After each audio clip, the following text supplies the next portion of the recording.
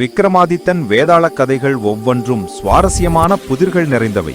அதில் மிகவும் பிரபலமான மற்றும் தர்மசங்கடமான முடிவை கொண்ட ஒரு கதை இதோ. விக்ரமாதித்தன் வேதாளம் புதிர்கதை. தியாகத்தின் சிகரம் யார்? விக்ரமாதித்தன் வேதாளத்தை தூக்கிக் கொண்டு போகும் வழியில் வேதாளம் இந்த கதையை சொல்ல ஆரம்பித்தது. ஓர் ஊரில் மதனசேனன் என்ற மன்னன் இருந்தான். அவனது ஒரே மகள் பெயர் சந்திரமதி.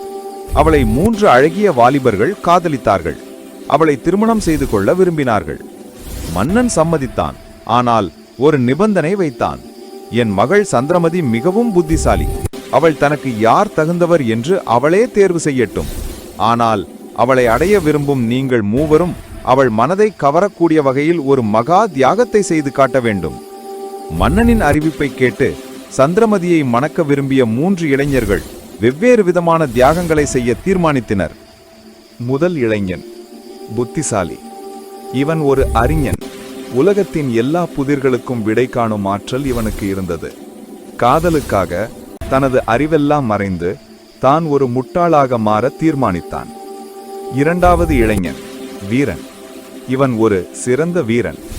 உலகிலேயே பலம் மிக்கவன். காதலுக்காக தனது பலமெல்லாம் மறைந்து தான் ஒரு பலவீனமான நோயாளியாக மாற தீர்மானித்தான். மூன்றாவது இளைஞன் செல்வந்தன். இவன் உலகிலேயே மிக அதிகமான செல்வம் படைத்தவன். காதலுக்காக தனது செல்வமெல்லாம் மறைந்து தான் ஒரு ஏழை பிச்சைக்காரன் போல் மாற தீர்மானித்தான். மூவரும் தங்கள் தியாகங்களை செய்து முடித்து மதனசேனன் அரசவைக்கு வந்தனர். வேதாளத்தின் கேள்வி. கதையை முடித்த வேதாளம் விக்ரமாதித்தனிடம் இந்த கேள்வியை கேட்டது. அரசே விக்ரமாதித்தா, சந்திரமதிக்காக இந்த 3 இளைஞர்களும் தத்தம் பலமான அம்சங்களை இழந்து தியாகம் செய்தனர். இவர்களில் உனது பார்வையில் மிகவும் உயர்ந்த தியாகத்தை செய்தவன் யார்? பதில் தெரிந்து நீ பேசாமல் இருந்தால் உன் தலை வெடித்துவிடும். ஆனால் பேசினால் நான் மீண்டும் மரத்தில் சென்று ஏறிவிடுவேன்.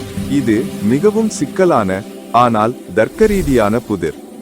வேதாளத்தின் புதிருக்கு விக்ரமாதித்தனின் பதில்.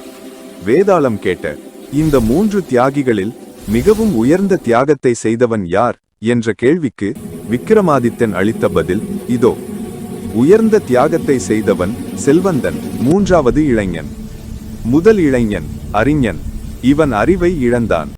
ஆனால் அறிவை மீண்டும் தேடினால் காலப்போக்கில் திரும்ப பெற முடியும். இது நிரந்தரமான இழப்பு அல்ல. இரண்டாவது இளைஞன் வீரன். இவன் பலத்தை இழந்தான். பலம் என்பது உடல் ஆரோக்கியத்தை பொறுத்தது. உரிய சிகிச்சை மற்றும் பயிற்சியின் மூலம் இழந்த பலத்தை மீண்டும் பெற வாய்ப்புள்ளது. இதுவும் நிரந்தர இழப்பு அல்ல. மூன்றாவது இளைஞன் செல்வந்தன். இவன் உலகச் செல்வங்களை இழந்தான். பணத்தை இழந்தால் அதை மீண்டும் ஈட்டுவது மிகவும் கடினம். செல்வம் என்பது மீண்டும் ஈட்டவே முடியாத அல்லது மிகவும் சிரமப்பட்டே ஈட்டக்கூடிய ஒரு தியாகம். எனவே செல்வந்தனே, 3வது இளைஞனே, தனக்குரிய அனைத்தையும் நிரந்தரமாக இழந்தவனாக கருதப்படுவதால் அவனுடைய தியாகமே மற்ற 2ஐ விட உயர்ந்த தியாகமாக கருதப்படுகிறது. விக்ரமாதித்தன் பதில் சொன்னதும் நிபந்தனைப்படி வேதாளம் பலமாக சிரித்துவிட்டு மீண்டும் மரத்தின் உச்சிக்கு பறந்து ஏறிவிட்டது. இந்த கதைகள் உங்களுக்கு பிடிச்சிருந்தா லைக் பண்ணுங்க, ஷேர் பண்ணுங்க, கமெண்ட் பண்ணுங்க. மறக்காம சப்ஸ்கிரைப் பண்ணி சப்போர்ட் பண்ணுங்க. மீண்டும் அடுத்து ஒரு நல்ல பதிவில் சந்திப்போம். நன்றி, வணக்கம்.